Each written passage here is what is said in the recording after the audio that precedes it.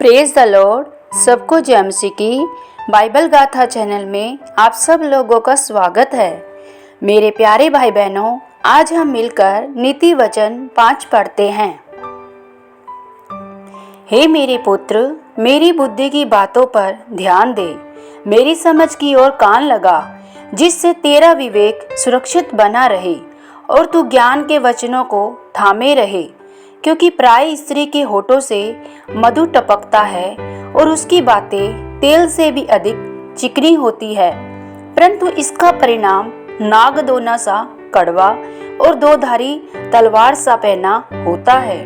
उसके पांव मृत्यु की ओर बढ़ते हैं और उसके पग अधोलोक तक पहुंचते हैं। इसीलिए उसे जीवन का समथर पथ नहीं मिल पाता। उसके चाल चलन में चंचलता है, परंतु उसे वह आप नहीं जानती। इसीलिए अब हे मेरे पुत्रों, मेरी सुनो और मेरी बातों से मुंह न मोड़ो। ऐसी स्त्री से दूर ही रह और उसकी डेवड़ी के पास भी न जाना।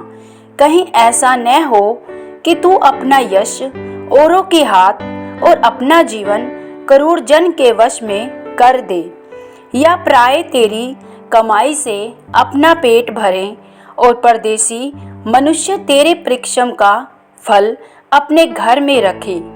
और तू अपने अंतिम समय में, जबकि तेरा शरीर क्षीण हो जाए, तब यह कहकर हाय मारने लगे कि मैंने शिक्षा से कैसा बैर किया और डांटने वाले का कैसा तिरस्कार किया। मैंने अपने गुरुओं की बातें न मानी और अपने सिखाने वालों की ओर ध्यान न लगाया।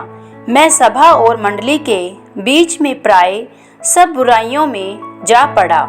तू अपने ही कुंड से पानी और अपने ही कुएं से सोते का जल पिया करना। क्या तेरे सोतों का पानी सड़क में और तेरे जल की धारा चौकों में बह जाने पाए? यह केवल तेरे ही लिए रहे और तेरे संग औरों के लिए न हो।